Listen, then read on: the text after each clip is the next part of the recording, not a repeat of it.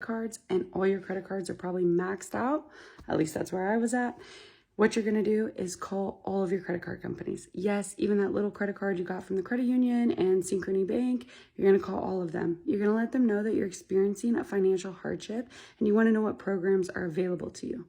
They're gonna offer to push your payment out or to reduce your payment for this month or to make your payment not be due for a couple of months.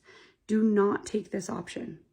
Once you take that option, you are not eligible for any other financial hardship options until a certain amount of time has passed. What you're going to do is say, honestly, that's not going to help my situation. My situation is a more long-term situation. Is there anything you can do to reduce my interest, my interest charge and my minimum? It's crazy that she is actually on here teaching financial literacy about credit card debt. But at the same time, it's good that people are out here raising awareness. But people need to pay attention to what they are signing up for in relations to loans, credit cards, auto loans, or anything. You have to always keep in mind that the lenders or the credit card companies wouldn't be doing this if it didn't benefit them more than it benefits you. Credit cards, loans, auto loans, or anything else are not meant to serve the consumer in a positive way. It's meant for banks, loan companies, or title loans or whatever to make money, to make profit. So by design, it is designed to kind of keep people suppressed to a certain extent that don't have self-discipline. And unfortunately, it's sad that the world we live in and this society we live in is just set up that way. And it's thousands and thousands and thousands of people right now neck deep in credit card debt. When they make rational impulse buying decisions or don't think about the ramifications or the the situation they're actually getting themselves into. Payment, and they do have those programs available. So for example, you could take a Bank of America card that is charging you 28% interest or 30% interest and get it reduced down to 5% interest. Take a monthly payment that was $600 a month down to $166 a month. Those are pretty close to real numbers and something that we did to snowball our debt. Once you do that with all of your credit cards, you're going to only opt in to their 1-year plan. They will have a 6-month or a 12-month plan, and then they will have a 5-year plan. And the thing is when it comes to credit cards, to be honest, and I had to learn this the hard way. Um, you should treat all credit cards like a charge card. If you all credit cards like a charge card, you will be fine in the long run. And what I mean by that, for those that don't know what a charge card is like a my Amex Platinum.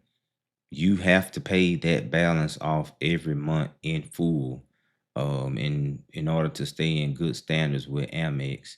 And just that self-discipline alone kind of pre-programs and trains people to, okay, well, I'm not going to put this on this card this month because I know I can't pay it off in full. So if people could just start implementing that alone, that would help with credit card debt and keeping it under control.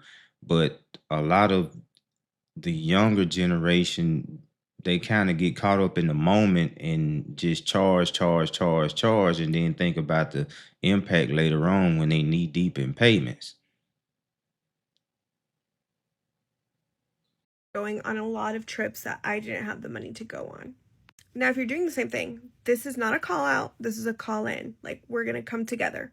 My best advice is if you really want to go on this trip, you need to save, you need to go on side hustles, and you need to not buy the most expensive airplane ride or the best hotel or do all of the excursions. You need to get comfortable saying no to some things, which is something I struggle with, okay? Now we've been able to pay off most of that credit card debt. We're at $7,500, but it's literally taken us 6 months and most of our money to pay the 27,000 we have. Future you is going to have some beef with present you. So let's try to minimize the damage for the future. Okay, and this goes back into what I said about the younger generation making the impulse purchases and the impulse buys. Um, but seems like she had a good plan, a good way to lay out how to pay it back. But the thing is that a lot of times these credit card companies will issue more credit than they should actually issue. So what I mean by that is that a lot of the people that have the card, they may have a 5,000 or 10,000 or $15,000 limit on a card, and income is only 50 or $60,000 a year, and they may have multiple cards like that. And that's where they run into the problem at, is that you don't need that much credit issued to you when you make sub six figures in income. Even if you did make six figures in income, if you have a lot of overhang, a lot of bills, a lot of debt, you rack up 10, 20, $30,000 in credit cards, you can't comfortably be able to pay that principal balance down, while making the minimum payments. Making the minimum payment is just interest, interest, interest, interest. And that's where they get you at. Owe 5 or 10 grand on a card, and you making the minimum payment, you are not touching the principal. And that's where you become a slave to that creditor. That's when it starts spiraling out of control. You go off the next month and make another impulse purchase, or go on a trip you shouldn't be going on, or a trip that, just like this young lady mentioned, you should be saving up to go on and paying cash for it. And then it's a snowball effect. Bam, you in a bind. You getting in a worse and worse situation every month. So people need to just stay away from credit cards if you cannot afford to pay it off every month. Treat it like a charge card. I was young once and I made the same mistakes. Now I pay all my cards off in full every month, no matter what. And if I purchase something and know I can't pay the card off, I'll wait and won't purchase it. And that has been working for me in a wonderful, great way.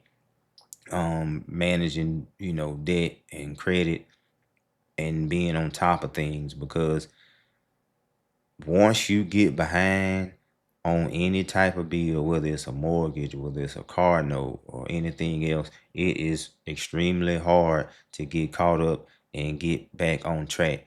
And then if you are already stretched thin and have a lot of money going out, it's just, you almost next to possible to get caught up. And inflation and the way the economy is set up and the cost of living is steady going up. You don't know the cost of goods and services from one month to the next. You should just stay conservative, stay in control of your debt, and watch what you spend. But that same money that's spent on credit card interest could be put to a much better use in the market, invested in some stocks or something like that. But let me know what y'all think. Please like and subscribe, and I appreciate the support.